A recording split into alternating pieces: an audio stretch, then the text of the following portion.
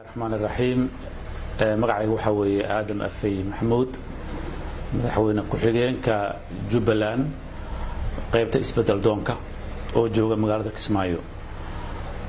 waxaan rabaa inaan ka sheekeeyo dhacday maalintii Axad ahayd oo bisha labaad ay ahayd 9/2020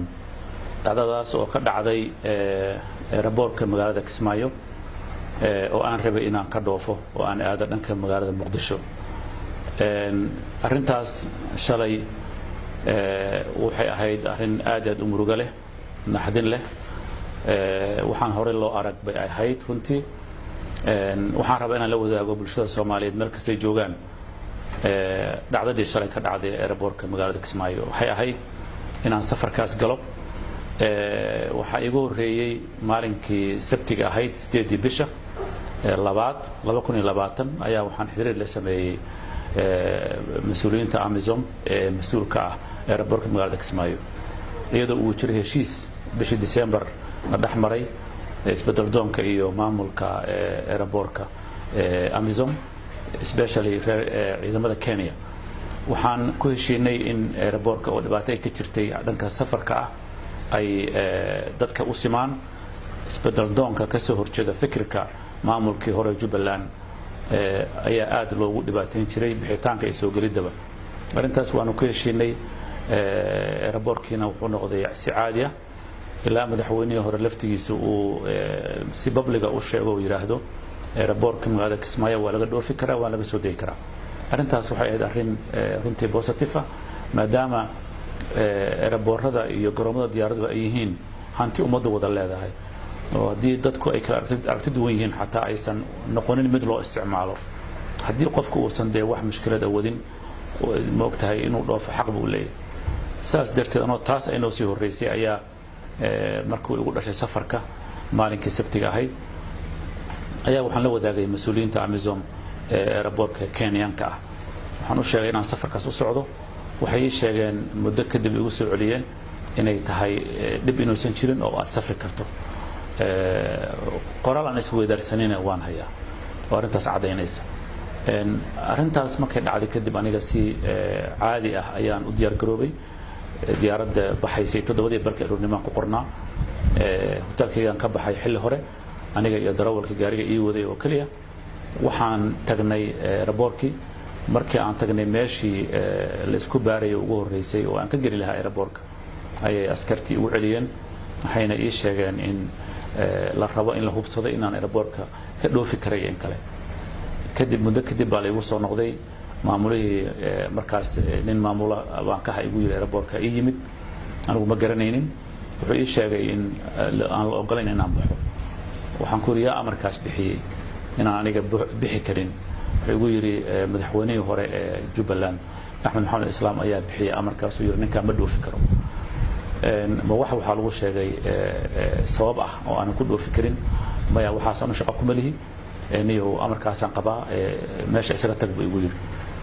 waayo waxaan ku yiri waxaan rabaa inaan nimanka aan la xiriiray mas'uuliyiinta airportka Amazon oo mandate-ka u haystay in ay airportka iyo dekedaba maamulaan oo ay ku ogaayeen Amazon maamulkeeda guud dawladda Soomaaliland ay ku ogeyd aan ogolaashahana isiiyay aan weydiiyo barkinkaas banaanka ah aad oo meeshaan isaga tag buu igu yiri sidii baan yeelay waan raacay amarkaas waan qaatay barkinkii baan tagay aniga iyo darawalkii iyo baabuurkii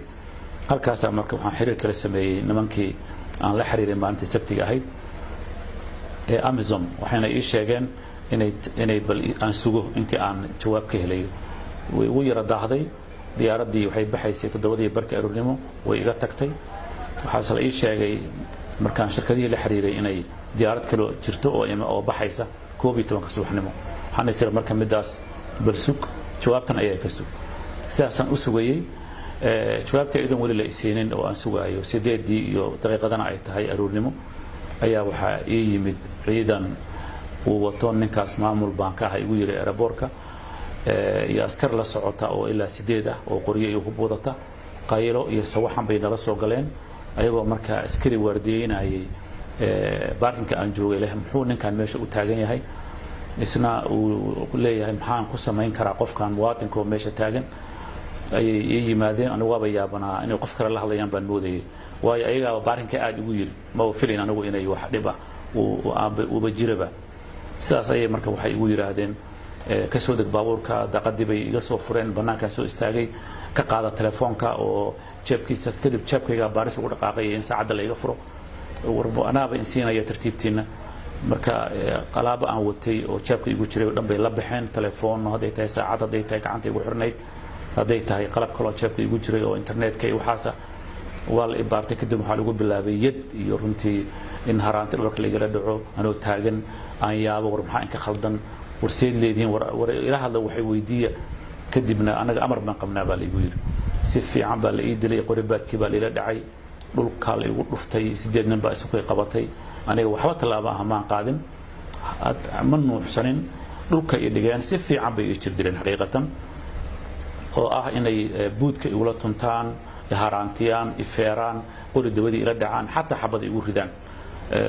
ayay keeneen kadib aniga anoo yaaban oo aad u wareersan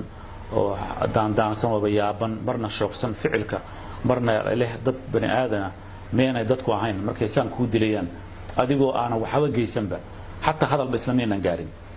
anoo yaaban bay gaariyay igu tuureen darawalkii bay amareen oo yiraahdeen aad magaalada ka bax airportka iyo parkinga sidii baan ku soo baxnay kadibna xabado badan bay ku rideen gaariga hoos bay ugu dhigeen xabado badan bay nagu soo rideen waa la wada maqlayay markuu ficilka meeshuu ka dhacay iyo markuu dhacayaba ciidamada Amazon ee isbaarada ugu horeysay airportka joogo oo Kenyaanka ah saasay noo fiirsanayeen wayna arkayeen xabadaha dhacayana way maqlayeen nasiib darrada dhacday markii aan baabuurkaygii soo qaatay oo anoo aad u yaaban oo diljir dilan alaabteediina la iga qaatay aan guriga soo aaday aan deganaa ayaa magaalada iyo sida la garanayo iyo airport waxa u dhaxeeya ilaa 13 kilomitir way kala fog yihiin marka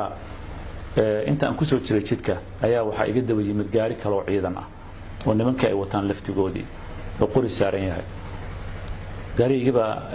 la soo garab galay jooji baa lagu yiri darawalkii uu istaagay waa laga daatay baabuurkii ana la ii yimid oo gaariga gadaal ka saaran albaabka la iga furay waa la iga soo taqaantiqeeyay fuul baa lagu yiri gaarigan qorigu saaran yahay ma hadlin gaarigii baan fuulay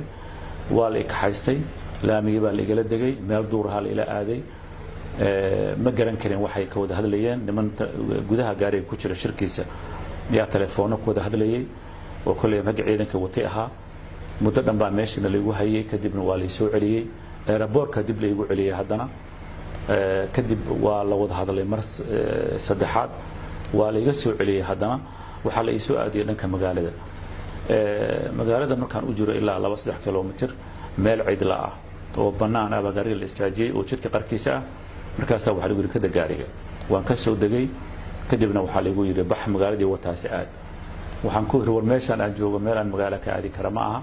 magaaladana waa iga fog tahay gaarigayga ii celiya aan soo qaatay airport ku jira ma lagu celinayo waayahay magaalada Balgeeya oo gudaheeda ay dhigasaan baawro uga raadsado ma ku geynayno waayahay telefoon isiya ama ii dira darawalka igu yimaad halkan ma qusinayno kadib markuu inta ninkii igu yiri ciidanka watay wuxuu yiri darawalka dhaqaaq anoo meeshii taagan oo cidla ah oo qof bani aadan oo socdaana uu san jirin ayaa la iga tagay arrinkaas runtii waxay ahayd waa markii labaad oo saddexaad oo la dilay bay ahayd markii koowaad waa la jir dilay oo xabada la igu riday markii labaadna waa markii duurka la ila aaday oo la isku qabsaday wixii la igu sameyn doono marka saddexaadna waa markii jidka la iga tagay anoo keligay ah runtii way wada garanayaan cidaan ahay inaan ahay nin musharaxa aan ahaa inaan madaxweyne ku xigeenkii qaybta sirdoonka aan ahaa in magacaygu aadan afay maxamuud yahay meesha aan ka soo jeedo meesha aan deganahay muddo 8 bilood ah baan magaalada joogay oo si consecutive oo joogta aan u joogay magaalada waa laga garanayay ganacsadaan ahaa hanti baan ku leeyahay magaalada Kismaayo nin la garan la amiyay marka niman missionkaas ku socdo oo la soo amray ay ahaayeen markii aan ku hadaaqay war maxaad igu dilaysaana amar baan la soo siiyay lahaayeen inta markii dhacday jidkaan iska soo lugeeyay magaalada afkeeda ayaan imid dad baan la hadlaan ku iri baabuur taxi ay raadiya waayo telefoon ma wato dadkii baa markuu ay raadiyeen baabuur caasi ah saasa la igu soo qaado la igu keenay hotelkan deganahay arintaas waxay ahayd arrin naxdin leh oo isku day dil ah oo naftaydu ay runtii caawa ilaahay xaggiisana ka noolahay ma ahaane nimankaas ii yimid oo i dilay oo i jir dilay amar waxay qabeen inay dilaan xaqiiqatan saasay ahayd marka la fiiriyo say ii jir dilayeen xabadaha igu rideen duurka ila aadeen iyo meesha iga tageenba markaan imid hotelkayga maamulaha airportka soo ka sheegay anigu aan horey u garanayn baa ii yimid oo igu yidhi waxaan rabaa inaad aan telefoonkaagii iyo qalabkaagii ku siiyo intaas iyada ah kumuusan harine waxaan weydiiyey su-aal safarkayga ka waran ma baxaysid buu igu yidhi ma ka baxi kartid magaalada lagumana ogola oo hadda halkaan joogo maxbuus baan ku ahay haa marka maxbuus baan hadda ku ahay hotelkaygii waana dilanahay oo runtii dil aad u xun baa i gaaray jirkaygu waa dhaawacan yahay waa aniga fadhiga ku hadlaya fadhina kuma hadli jirin oo istaag baan ku hadli jiray weligay laakiin waxaa i dhibaya istaaga jilbaha dhan baan ka xanuunsanaya iyo dhabarkaaga igu daran arrintaas ayaa dhacday waxaan rabaa marka inaan u sheego ummadda Soomaaliyeed meel kasta joogaan inaan hadda hotelkii aan deganaana maxbuus ku hawana ka bixi karin xanuunkaas la ii geysana uu hayo aan la ogolayn inaan meel kale aado tusaalahaas iyo dareenka wuxuu bixinayaa dadka maamulka ah ee awaamirta bixinayo ee uu ugu horeeyo madaxweynihii hore ee Jubbaland Axmed Maxamed Islaam ugu horeeyo in ay isku xishoodaan cidda ay yihiin baad garanaysaan oo xishoodkii uusan jirin ixtiraam banaadinimo uusan jirin qofkan dila celiya ma bixi karo dadka noocaas dhaqankaasa kulay dhaqan Soomaaliyeed ma aha saan dareemayo waa dhaqan ugu cusub oo aan garanaynin meesha laga soo minguuriyay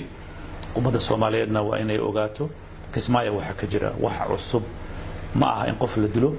in la xiro in laga cayriyo magaalada laga bixiyo oo loo ka bax magaalada ma soo galayso in la yiraahdo Kismaayo kuma cusba laakiin waxa ku cusub waxa weeye in mas'uuliin jidka bartankiisa lagu garaaco oo lagu jirdilo oo in xabada lagu rido waa wax Kismaayo ku soo cusboonaaday way talaabada ku xigta maxay noqonaysaa marka waa in lagu yimaado guriyona lagu laaya noqonaysaa marka walaalayaal intaas aan la wadaago naxdinta leh arrintaas dhacdada naxdinta aan la wadaago ayaan go'aansaday waana mahadsantiin assalaamu calaykum